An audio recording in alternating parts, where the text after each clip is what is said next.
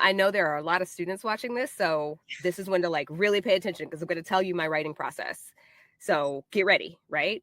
I have an acronym that I use for writing. I only eat raspberries. The I is for inspiration, and that can come from anywhere. I have been sitting in a high school, the power goes out. This literally happened.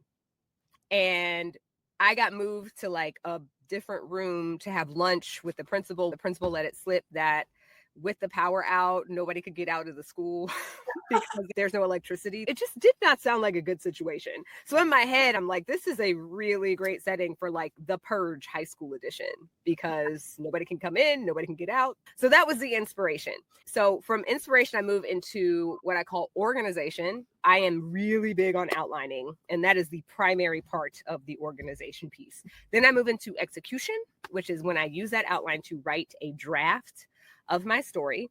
And then my least favorite part, which is revision.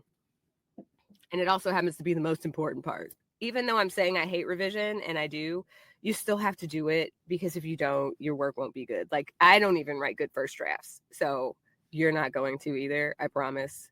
Even if you are a wonder god, you still should edit your stuff. Revise. That's the T.